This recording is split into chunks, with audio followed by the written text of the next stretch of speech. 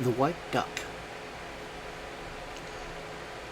Once upon a time, a great and powerful king married a lovely princess.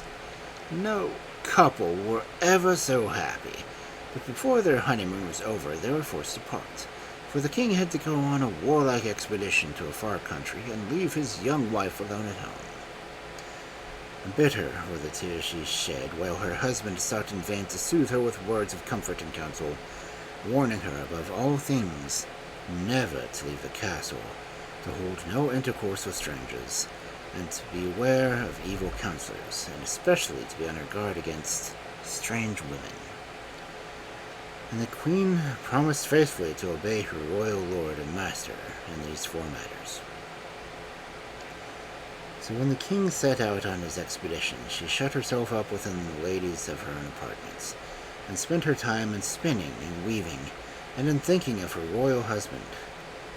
Often she was very sad and lonely, and it happened that one day while she was seated at the window, letting salt tears drop on her work, an old woman, a kind, homely-looking old lady, stepped in from the window and, leaning upon her crutch, addressed the queen in friendly, flattering tones, saying, "Why are you sad and cast down, fair queen?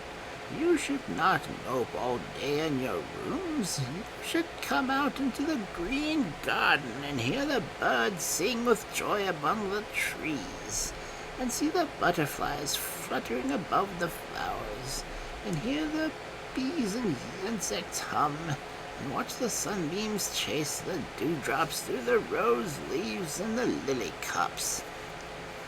Oh, the brightness outside would help to drive away your cares, O Queen."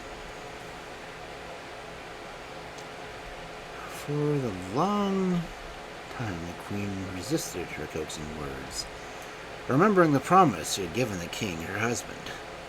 But at last she thought to herself, "After all, what harm would it do if I were to go out into the garden for a short time and enjoy myself among the trees and the flowers, and the singing birds and fluttering butterflies and humming insects, and look at the dewdrops hiding from the sunbeams in the hearts of the roses and lilies, and wander about the sunshine instead of remaining all day in this room?"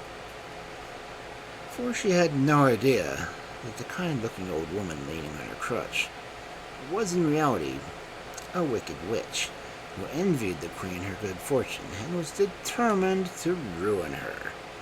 And so, in all ignorance, the queen followed her out to the garden and listened to her smooth, flattering words. Now in the middle of the garden there was a pond of water, clear as crystal, and the old woman said to the queen, "The day is so warm and the sun's rays so scorching.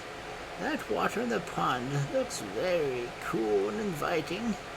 Would you not like to bathe in it, fair queen?" "No, I think not," answered the queen. But the next moment she regretted her words and thought to herself, "Why shouldn't I bathe in that cool, fresh water? No harm could come of it." And so saying, she slipped off her robes and stepped into the water. But scarcely had her tender feet touched the cool ripples when she felt a great shove on her shoulders, and the wicked witch had pushed her into the deep water, exclaiming, "Swim henceforth, white duck!" And the witch herself assumed the form of the queen, and decked herself out in the royal robes, and sat among the court ladies and awaited the king's return. And suddenly the tramp of horses' hooves were heard, and the barking of dogs, and the witch hastened forward to meet the royal carriages, and throwing her arms around the king's neck, kissed him. And in his great joy the king did not know that the woman he held in his arms was not his own dear wife, but a wicked witch. In the meantime, outside the palace walls, the poor white duck swam up and down the pond, and near it laid 3 eggs, out of which came one morning 2 little fluffy ducklings and an ugly little drake. And the white duck brought up the little creatures, and they paddled after her in the pond and caught goldfish and hopped on the bank and waddled about, ruffling their feathers and saying quack quack as it strutted about on the green banks of the pond. But their mother used to warn them not to stray too far, telling them that the wicked witch lived in the castle beyond the garden, adding, "She has ruined me, and she will do her best to ruin you." But the young ones did not listen to their mother, and playing about in the garden one day, they strayed up too close to the castle windows. The witch at once recognized them by their smell, and ground her teeth with anger. But she hid her feelings and pretended to be kind, and called them to her and joked with them, and led them to her beautiful room, where she gave them food to eat and showed them a soft cushion on which they might sleep. Then she left them and went down to the palace kitchens, where she told the servants to sharpen their knives and to make a great fire ready, and hang a large kettle full of water over it. In the meantime, the two little ducklings had fallen asleep, and the little drake lay between them, covered up by their wings, to be kept warm under their feathers. But the little drake did not go to sleep, and as he lay there wide awake in the night, he heard the witch come to the door and say, "Little ones, are you asleep?" And the little drake answered for the other two, "We cannot sleep, we wake and weep. Sharp is a knife to take our life, the fire is hot, now boils the pot, and so we wake and lie and quake." "They're not yet asleep," muttered the witch to herself, and she walked up and down the passage, and then came back to the door and said, "Little ones, are you asleep?" Again the little drake answered for his sisters, "We cannot sleep, we wake and weep. Sharp is a knife to take our life, the fire is hot, now boils the pot, and so we wake and lie and quake." "Just the same answer," muttered the witch. "I think I'll go in and see." So she opened the door gently, and seeing two little ducklings sound asleep, she then and there killed them. The next morning the white duck wandered around the pond in a distracted manner, looking for her little ones. She called and she searched, but she could find no trace of them, and in her heart she had a foreboding that evil had befallen them. And she fluttered up out of the water and flew to the palace, and there, laid out on the marble floor of the court, dead and stone cold, was her 3 children. The white duck threw herself upon them and covered up their little bodies with her wings and cried, "Quack, quack, my little doves! Quack, quack, my turtle doves! I brought you up with grief and pain, and now before my eyes you're slain. I gave you always of the best, I kept you warm in my soft nest. I loved and watched you day and night, you are my joy, my one delight."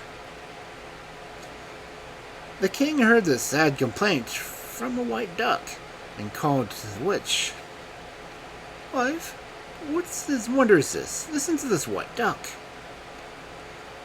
But the witch answered, "My dear husband, what do you mean? There's nothing wonderful in a duck's quacking. Here, servants, chase the duck out of the courtyard." But though the servants chased and strived, they could not get rid of the duck, for she circled round and round, always came back to the spot where her children lay crying. "Quack, quack, my little doves! Quack, quack, my turtle doves! The wicked witch your lives did take, the wicked witch, that cunning snake! First she stole my king away, then my children did she slay, changed me from a happy wife to a duck for all my life. Would I were the queen again, would that you had never been slain." As the king heard her words, he began to suspect that he had been deceived, and he called out to the servants, "Catch the duck and bring it here." But though they ran to and fro, the duck always fled past them, and would not let herself be caught. So the king himself stepped among them, and suddenly the duck fluttered down into his hands. and as he stroked her wings, she was changed into a beautiful woman, and he recognized his dear wife. And she told him that the bottle would be found in her nest in the garden containing some drops from the spring of healing. And it was brought to her, and the ducklings and the little drake were sprinkled with water. And from the little dead bodies, 3 lovely children arose. The king and the queen were again overjoyed when they saw their children, and they all lived happily together in this beautiful palace. But the wicked queen was taken by the king's command, and she came to no good end.